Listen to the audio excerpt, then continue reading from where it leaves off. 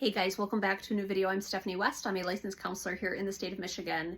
I want to talk about a phrasing that I will actually say quite often. So I'll use it on the podcast. If you don't follow me there, it's called Healing Through Pain.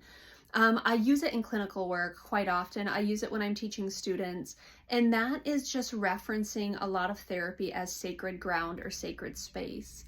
And I don't mean that every single transaction or interaction with clients is going to be these big truth bombs where there's this, big catalyst for growth and change.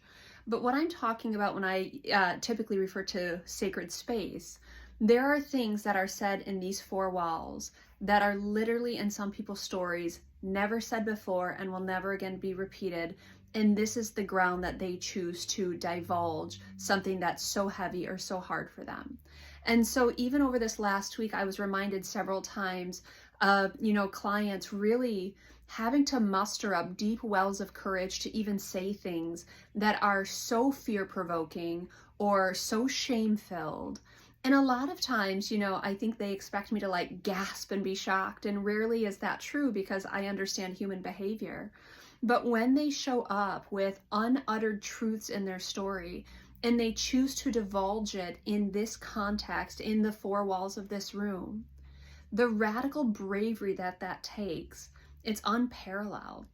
It is sacred work to get to sit with people and hold their deepest, darkest pain and hold their hand through it and say, hey, you're not alone here. And the reason I bring this up is because there's people watching this who have unuttered truths that are terrifying to them. And what I say to every client once they utter whatever the forbidden anecdote is or whatever has felt forbidden in the past, I say, let's take a moment and pause. We've brought your biggest fear into this room here.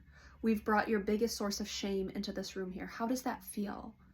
And they're usually like, that feels awful, it's terrible, gross, I hate this. How does it feel to know that you were ready? You found a space so you could sit in community, find someone you trust, and now talk about something that has up until this point felt so foreboding. That has to mean something, that you were ready and there was a space and now you've said it. And I think because you've said it, it means we can do something with it. We can hold it, we can understand it, organize it, process it, move through it, whatever needs to be done here. We can do that now because you were brave enough to show up and to say the things.